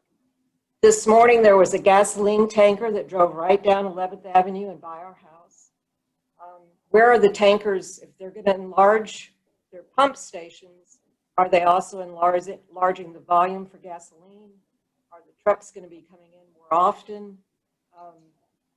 I haven't heard anybody deal with what are they doing with their underground tanks. They're moved and enlarged. Their map right here shows a semi truck coming in off of Scottsville Road. Well, this morning it came off 11th Avenue down Covington by the park. So I don't trust people who ask permission after the fact. They've already bulldozed a beautiful home and neglected the lot. In fact, there were squatters living in the house after they bought it. Then they bulldozed it. So how do we trust that they're going to take care of this buffer lot? And then it completely devalues the neighbor right next to that buffer lot. And then it will devalue the next house. It's a domino effect. And I think all of us that have lived in Bowling Green for decades, this is the community that we've all taken great pride in. Thank you, ma'am. Thank you. Do we have anyone else? Chair Runner, may I ask a question of the staff, please? Yes, sir. And so just for clarification, a number of the people who have spoken here tonight seem to imply that they're opposed to the new building being built. And so my question for staff is, if they don't get a zone change, they could still build a new building there, could they not, by right? Correct. Possibly. If you look at the exhibit that's on the screen, and I think the same exhibit is included in your packet, there's a 40-foot building setback line that is proposed. And if you're looking at this exhibit, it would be at the rear left corner of the building. There's a 40-foot building setback line. That's sorry, required. Rachel, may I interrupt? Yes. I'm sorry. Let me clarify my question. They could build a building. not necessarily the building that they're proposing, but they could rebuild their existing building, could they not? I would have to see what the current setback is, because the requirement in the zoning ordinance is 40 feet from the nearest residential district, structure, or use. So if the zone change is not granted, then any new building on the property, if they voluntarily demolish the existing building, would have to be located 40 feet from the RS1A zoning boundary. But Rachel, I think what he's asking, there can be a new building built on the lot. Yes, as long as it meets. There's nothing yes, as long as with the setback, there's nothing stopping that from happening. That's correct. And so by right, this owner has a right to rebuild a building. It may not be this building. And the only thing we're considering here tonight, or the vast majority of what we're considering here tonight, is whether or not to allow that residential lot to be used as a landscape buffer and 2 parking lots. Is my understanding correct? Yes, it's 3 Yes. parking lots, 3 parking spaces, and then the old Danny Barron parking lot, which is already zoned commercial. And just to clarify, and just to reiterate one last time, that's what we're considering, not whether Speedway has a right to rebuild their building, correct? Correct. Right. Okay. Thank you. I just wanted to make sure I understood. And I don't have any objection to them upgrading their building or the facilities. I object to the way they acquired the property. That's not what we're considering. Yeah, that's not relevant, really. Well, it's relevant to you rezoning it from residential to highway business. I have a comment. I'm Paula Borland. I live on Euclid, and I'm not on the map that you looked at. But I swear to. Ma'am. Your address, please. 1315 Euclid. In Euclid, yes, ma'am. And you swear to tell the truth? I swear to tell the truth. Yes, go ahead and make your statement. I'm opposed to using the property on Covington for anything at all other than single-family residential use. I feel like anything else is going to encroach on a beautiful historic area that people who live in this area enjoy, as well as other people in Bowling Green enjoy this area. And I feel like other comments that have been made is we're looking at taking one small step, and it's most likely going to continue in the future, maybe not in my lifetime, but in my children. And I'm opposed to that. I'm not opposed to them building, renovating their building, using the additional property that they've bought on Broadway, but I am opposed to the use of the lot on Covington other than single family residence. Thank you. Thank you, ma'am. I think we've heard from all the opposition. Yes, if I could just offer a reply. I am not, you're correct, sir, upset about a new building. If they want to build a new building on their existing property and the other property they've acquired that doesn't require additional zoning, like I said, I think that would be excellent. I would love a better, nicer, better maintained property. But what I am against, and to echo everyone else, is a residential property becoming zoned for highway business. Just to be clear. Thank you, ma'am. Thank you. Commissioners, do you have anything else before I call for a motion? Chair Runner, may I add 2 points of clarification? Yes, ma'am, please. And I don't know that this is really relevant or will impact the outcome this evening, but I guess there was a comment made by Mr. Sweet regarding the foot candle measurement at the property line. I think he referenced that it would be 0. The zoning ordinance allows up to a 1/2 foot candle at the property line. So I just did want to point that out. And again, there's still no requirement that the fence that's been referenced be constructed. That's all I have. Thank you. Rachel, could I inquire about that last statement? I thought I understood that there was a requirement for a fence. Did I overlook that? That was Mr. Sweet's verbal agreement. Yeah, it's in the binding elements. And we The have it in our, development plan condition just says that it's proposed. It doesn't say that it shall be constructed. That's correct. Thank you for that. So, Mr. Sweet, do I still have you on the line? you do. Mr. Sweet, would you agree to make that a mandatory fence and not a proposed fence? It's in our conditions. We will agree to do that. Thank you, sir. And Hamp, will you work your magic and wordsmith that for us, please? That's number 11 on page 5. Yeah, thank you. I'm sorry. I was talking away and I had myself muted. So as the chairman said, we're talking about development plan condition 11, and the final sentence in that paragraph 11 on page 5 of 39.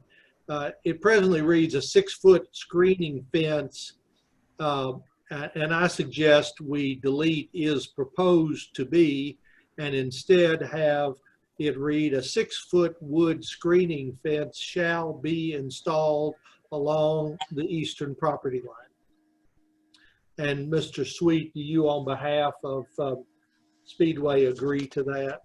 Yes. Does that meet your concern, Tim?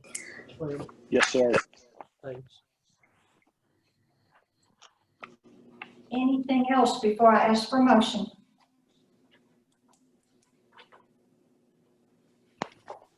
Nothing from the commissioners?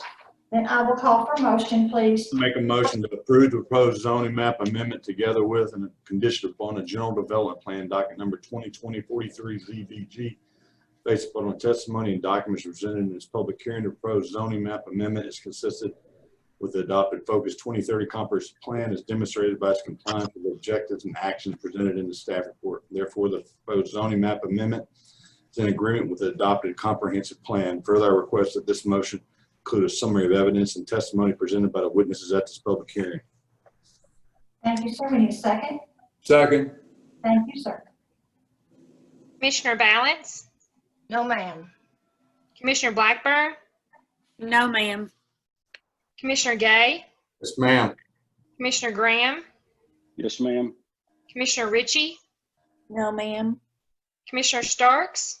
Yes, ma'am. Commissioner Unseld? Yes, ma'am. Commissioner Vitale?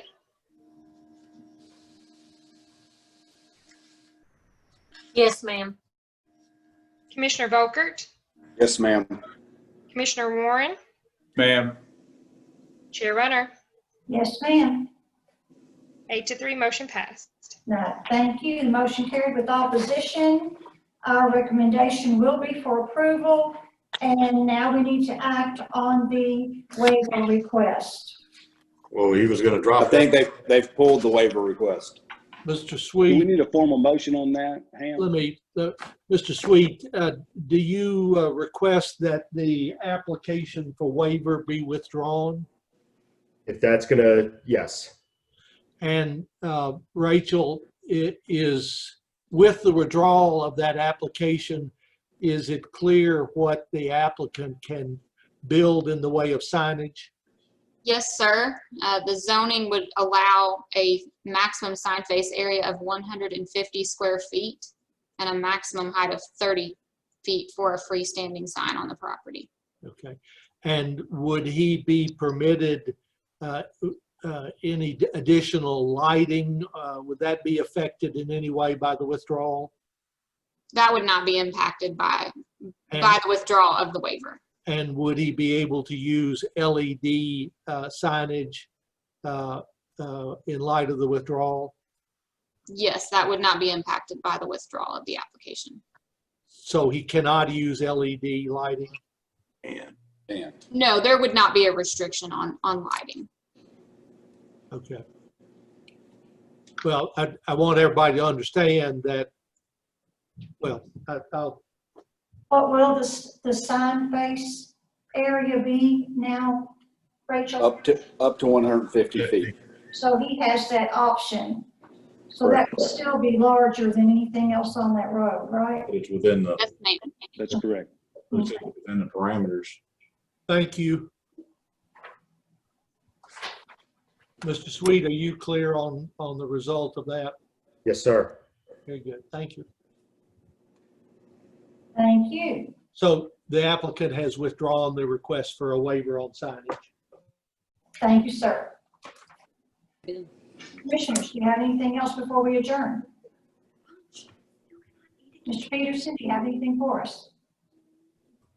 Just to mention that it appears that our November 5th meeting will be an in-person meeting at Sloan Convention Center. I believe that is what the tentative, I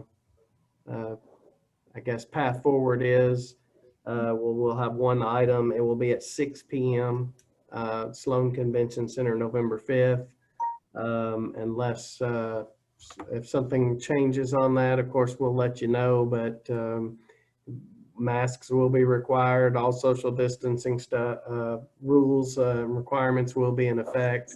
So we will be contacting each of you to make sure we can get a quorum and see if we can conduct that meeting. Again, it will be in person. It likely will not be live streamed, but it will be video recorded. But we're going to work out all those details as we move forward. Thank you, sir. Commissioners, do y'all have anything else before we adjourn? No, ma'am. Ma'am. Thank you all for being here. We'll see you next time. Meeting's adjourned.